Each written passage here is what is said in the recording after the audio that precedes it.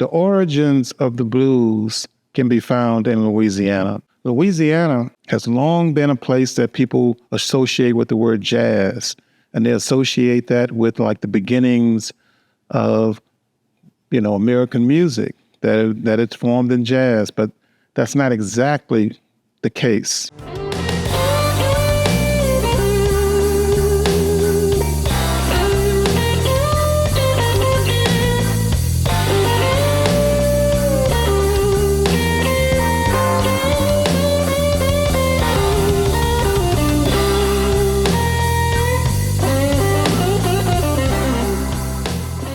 Jazz, and I don't want to offend all the jazz musicians out there and people who follow jazz, but I think the real people, hardcore people who really know their stuff, I think most of them will agree with what I'm about to say.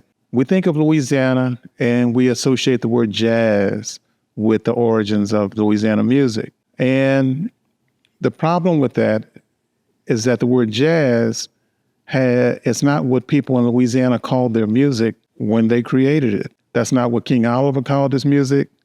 That's not what Jelly Roll Morton called his music. That's not what Louis Armstrong called his music. That's not what Buddy Bolden called his music. That's not what Clarence Williams called his music. Kid Ory didn't call his music jazz.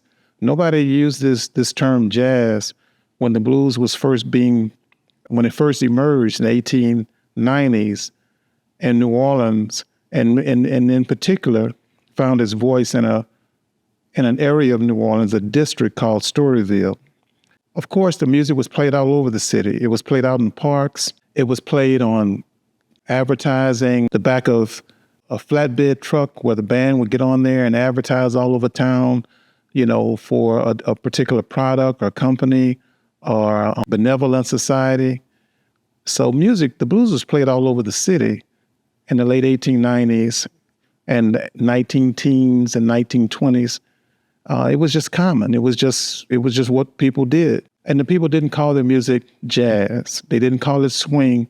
They didn't call it rock and roll. They called it the blues. And they had names of songs like the Western Blues, the Jelly Roll Blues, Basin Street Blues, and 219 Blues. And I can go on and on and on with hundreds of songs that they would call the blues. So these Black people, these Creole people that created this music, they called it the blues. And the misconception comes and the misunderstanding comes when these originators, Lonnie Johnson, everybody I just named, Papa Charlie Jackson, when these musicians left Louisiana and moved to places like Chicago in the 1920s, or moved to Harlem in the 1920s and spread that sound, by that time, it was starting to be called jazz. In 1917, in Louisiana, people didn't use that word jazz to describe this music. It didn't really have a name, but the musicians who wrote songs in that style of music called their music the blues, like you would call a foxtrot or a waltz or whatever. And that was kind of like almost putting a parental advisory sticker on a record, because in Louisiana, blue meant blue entertainment. It meant entertainment that's not fit for polite society. It meant entertainment. It's more of a French Creole definition than it is an English definition. The Creolization of the French term blues when it comes to musical or entertainment is that there were blue laws all over this Louisiana that Protestants came in and brought to Louisiana, saying that on Sundays you can't dance. On Sundays, these were moral codes. They didn't always rely on Sundays.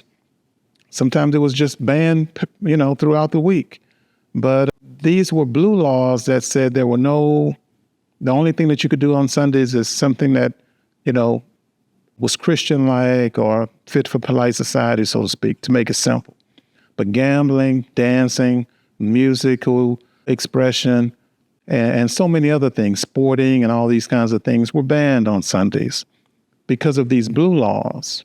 And they would put signs all over the city forbidding certain activities. The problem with that is in Louisiana, even on our most religious holiday, which is Mardi Gras, people dance and people drink and people have fun and people enjoy themselves.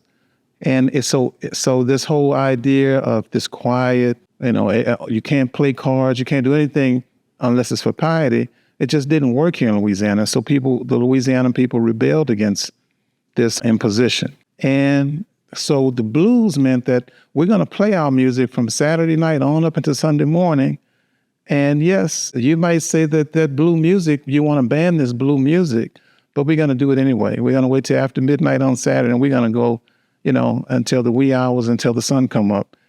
And that's how it was done. And it was called the blues. And when they played a slow blues, King Oliver and them played a slow blues, or Lonnie Johnson played a slow blues in a cabaret or in a park, wherever their Buddy Bolden played it in one of the dance halls. It wasn't played out of sadness and melancholy. It was slow dragging music. It still was dance music, even though it was slow blues. So you slow it down, because people before then, they would play music for a Scottish and move music for all these different kinds of dances where people get together and they practice their dances, and they come along, and the women and men, couple up and do these dances, and they have tea and cake, and they do a Scottish and all this kind of stuff here. But the young people in Louisiana in the late 1800s had their own way that they wanted to dance, and they needed a music to accompany that. And so when they were dancing, up tempo and everything like that, and swinging and stuff, well, they needed a music for that swung. And when they wanted to slow it down and do some belly rubbing music, well, then they played slow dragging music, and they called that the Western blues, or such and such a blues. But when these musicians left Louisiana and went to Chicago and went to New York, well, then it was misinterpreted. It was misinterpreted when they hear the word blues in the English language. Well, in the Anglo languages, it means sad, melancholy, depressed, and these type of things. And people started associating these emotions with this music. But it never gelled with the New Orleans music. New Orleans music, even at funerals, it gets pretty, even funerals turn into parties down here. So why on a Saturday night would you be all melancholy and sad and depressed unless you don't have anybody to slow drag with? But here in South Louisiana, the blues is where the blues came from. It's where the blues started. And it was started by, these Black Creole people here in Louisiana.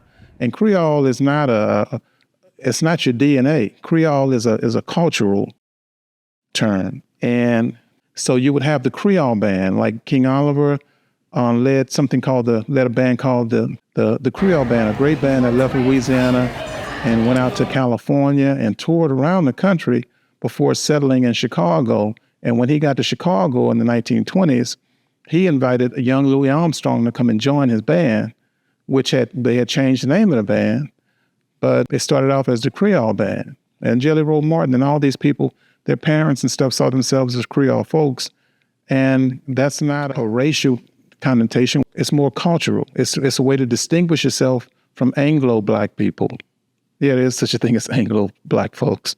In other words, Black people that migrated into Louisiana, came in, enslaved, but they were frightened by voodoo and frightened by hoodooism and frightened by, the way the people in Louisiana expressed themselves. And they was like, oh, yeah, that's the devil's music you're playing, and the people in Louisiana is like, no, that's not the devil's music. We've been doing this since the 1700s. This is just how we express ourselves. The drums here was never banned. So we play our music 7 days a week, and especially on Sundays. That's when we went to Congo Square and really did our thing on Sundays. So for us to stop that, for us to stop our traditions, because Protestant folks have moved into Louisiana now and are imposing their mores and trying to get us to conform to their way of the world and expressing themselves. We want to hold on to our Louisiana culture. Louisiana, and especially South Louisiana, it's different than just about any other place in the United States that you're going to travel to. Culturally, it's just different, and we take pride in that, But what I founded the Blues Origin Institute in 2023, along with my wife, we established this nonprofit organization to try to bring the true narrative and the true origins of this music to fore. The Blues Origin Institute was inspired by my book, The Blues, The Authentic Narrative of My Music and Culture. And that book came out, and I went around doing lectures and speaking engagements, and people really got inspired, and it inspired us to try to do something, to form an institution or something to try to carry this information on, to create an archive, or to create some kind of way that young people can get involved and help redefine this music or reshape it into its, or reform it. Not so much the music, but the way the music is understood by America. There's been so much subterfuge, or there's so much, misinformation and misdirection about this music and this culture that the true story really it's not mainstream. And so the Blues Origin Institute is trying to do something about that. And, so I'm going to be telling these stories, and I'm going to tell stories about individual artists. I'm going to tell some more stories about how this thing came about, and not only how it came about, but how it's going to continue. It's been a continuum. My dad did this music. I grew up in a juke joint, Tabby's Blues Box and Heritage Hall, that my dad had. We had our hoodoo parties every Thursday night. We had our jam sessions on Wednesdays. And for like almost, a decade, every Friday and Saturday night, just almost every night of the week, that's where I was as a teenager and as a young person. I came of age in Tabby's Blues Box and Heritage Hall.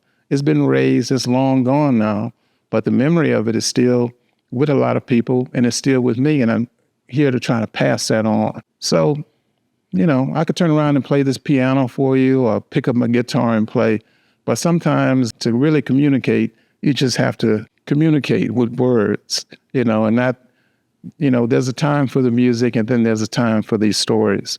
So thanks for sharing this moment with me. Thanks for sharing this time with me. And I'll be back at you soon with some more Blues Origin Institute stories. And cut.